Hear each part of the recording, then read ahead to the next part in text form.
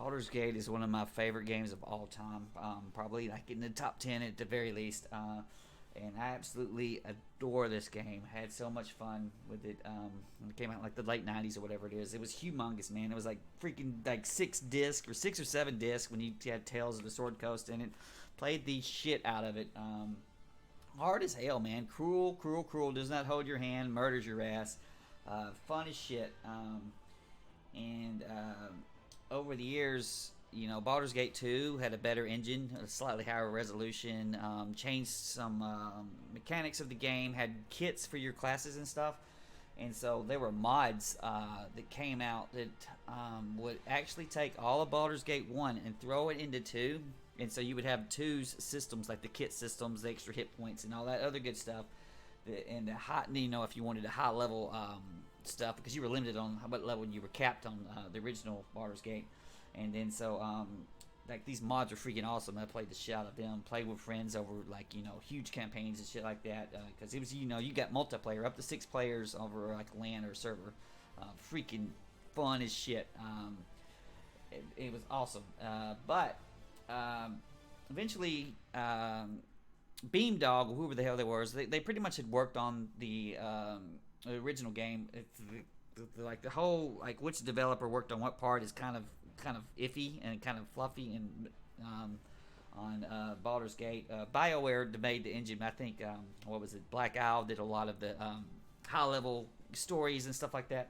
But these Beamdog guys they had worked on the game before, and they had done a lot of this Infinity engine stuff, and so they have actually getting the license or whatever it is, and then bringing over Baldur's Gate 1 officially using the Baldur's Gate 2, similar to the mod, but they ended up calling it the Enhanced Edition. And when an Enhanced Edition first came out, they were excited about all the bugs and shit they fixed, but a lot of these have been fixed by the users already. And so they were just like it was kind of like, okay, this is already done, but we brought you forward, and now we're officially doing what the modders have already done. And it's for a while, I was like, this isn't all that much more better than the way the modders are doing, especially with considered stuff like the Beamdog servers only allowed 2 people, which was like, this is a game when you do play it with people, you play with a lot of freaking people. And so it was like, what the hell's going on here? Over time, they've continuously worked on it, though. And when they did a patch just a couple months ago, back in April of 2021, I think that's when it was, where they added a bunch of new sound effects and sound files and some stuff like that. So, you know what? I'm gonna give Baldur's Gate a new run again. Run through and I've already been through it on the Enhanced Edition once. I'm gonna give it a new run. I like the new sounds they've added. I've liked the new balance. It runs in 4K now. Like, you can zoom your map really far the fuck away. And when you press the map button, it actually is like a super zoom out. It's not a new screen anymore. It's pretty damn cool what it is. And I'm sure it's got bugs and stuff. I'm sure it's got bugs because giant games like these always have had bugs. But it seems to be pretty dang tight. And if you're a new user, if you've played some of these things like Divine Divinity, Original Sin, or you're hearing about Baldur's Gate 3 and you want to go back and play the original one, even though the stories ain't tied, they're not tied to Baldur's Gate 3, you're not going to need to know the story of the old ones. But if you want to go back and play this original one, this would be the time to do it. It's a good time to check it out before Baldur's Gate 3 is finished. But pretty dang good. Lots of quality of life little things they've added to the game. What's traditionally been a problem was what's called the little AI mode, because you could turn it on and off. Basically, you can have it, if you turn it off, you have to tell all 6 of your characters and probably whenever add minions or whatever to do each individual thing. So if they were targeting a monster and they killed it, they would just stand around until you told them again. So it was helpful to have the AI on to kind of do its own thing.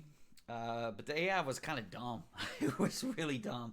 And you would be trying to cast a spell, and then the AI would just take over and then like move your guy when you task the kill. It was stupid shit, and so you'd waste your spell. The AI they've worked a lot on the AI to try to make it better. It's not perfect. It'll still sit there as a wizard, cast fireball on your dudes and kill them one hit. But it's a little bit better. You just need to know when to turn it on and turn it off. When you're in an intricate fight scene, then you might want to plan things a little bit better, and run each little unit individually. But if you're fighting a bunch of stupid little hobgoblins, just let the dang AI just blow them all up for you. It's pretty good in that kind of part. They've added a couple of new characters, but the problem with the first Baldur's Gate was there was a ton of characters. Some of them you didn't get till later in the game, and when you got them, they had already put all their points into stupid shit. It's like, well, you've had one-time points to put in things. You've done it stupidly, AI guy or NPC, whatever you done it is. They went in this recent patches, they've balanced that out, and so when you get your new character, it'll basically say, it'll just add a shit ton of experience points to them, and you can level them up the way you want to, which is a hell of a lot better, and it keeps from the later characters in the game being freaking useless, honestly. This is a difficult game if you've never played Baldur's Gate. It does not hold your hand. There's giant PDFs apparently that beamed off of Meg, and I would recommend reading those. The freaking damn instruction book back in the day was like a tomb, man. It was like a freaking literal tomb, and I would just absorb myself in it, read all the shit, read all the lore. This is one of those games that sucks you in, man, and it is humongous, and I can't recommend it enough, but it's rough, bro. It's you better be ready.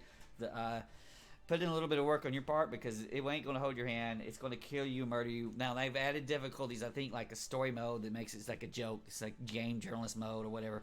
I wouldn't play that. I'd play it on normal rules, and just, you're just going to need to save scum the shit out of it. Which you save all the time, and when you get killed, you're not losing too much progress, and learn how to play it that way.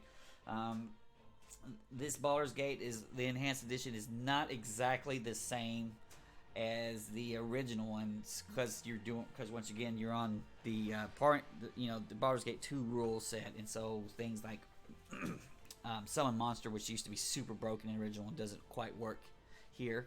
But there's a lot to play, and there's a lot of classes, and there's a lot of monsters, and just tons of cool goodies, all kinds of cool equipment to make your dudes better, and it's so fun, and it's so strategic, about setting your guys up, your little making sure the warriors are blocking off the wizards and stuff like that, making sure your wizards are casting magic missiles and shit on the enemy mages so that they don't get a chance to cast their spells. There's tons and tons of shit to it, hundreds of fucking spells to learn and do, and it's one of those things that once you're in this, and once you're sucked in, you're in it for a long time. So I don't know how long a playthrough would be. I would think it'd be 60 hours on just vanilla Baldur's Gate if you've never played it before. Probably longer, because you're going to screw your dude up, or you're running by core rules, and you're playing, and some ogre mage fucking hit you so hard you explode, your guts and all your gear disappear. You're like, where'd that character go? I don't know. You're freaking disintegrated, man. He ain't shit no more. He took the treasure with him. But it's rough. It's rough. But Kitty's throwing the paw way up in the air, because this is our jam, man. This is the shit. And until you sit there and give it a little play, you have to give it a couple hours to let it work on you. It'll suck you in. It'll keep you in there. And then Brian loves the strategy, the lore, the freaking searching for traps and shit like that, the freaking dungeons and stuff. I have not played the Siege Dragon Spear. We'll do that as a separate review. I'm playing through it right now. But that original Baldur's Gate, man, is some tight shit. Now, Baldur's Gate 2 is better. It is better in most ways, but Baldur's Gate 1 is super awesome. Highly give you a chance to take a look. Oh, and fucking Edwin's the shit. And what was that? I can't remember the guy. They added the evil sorceress is like just broke as fuck. So if you could find the enhanced edition super broken sorcerer, yeah, use him in your team, even if you're good, man. Just switch your guys over to evil. Ain't nothing wrong with being a fallen paladin as long as you get freaking unlimited fireballs, all right?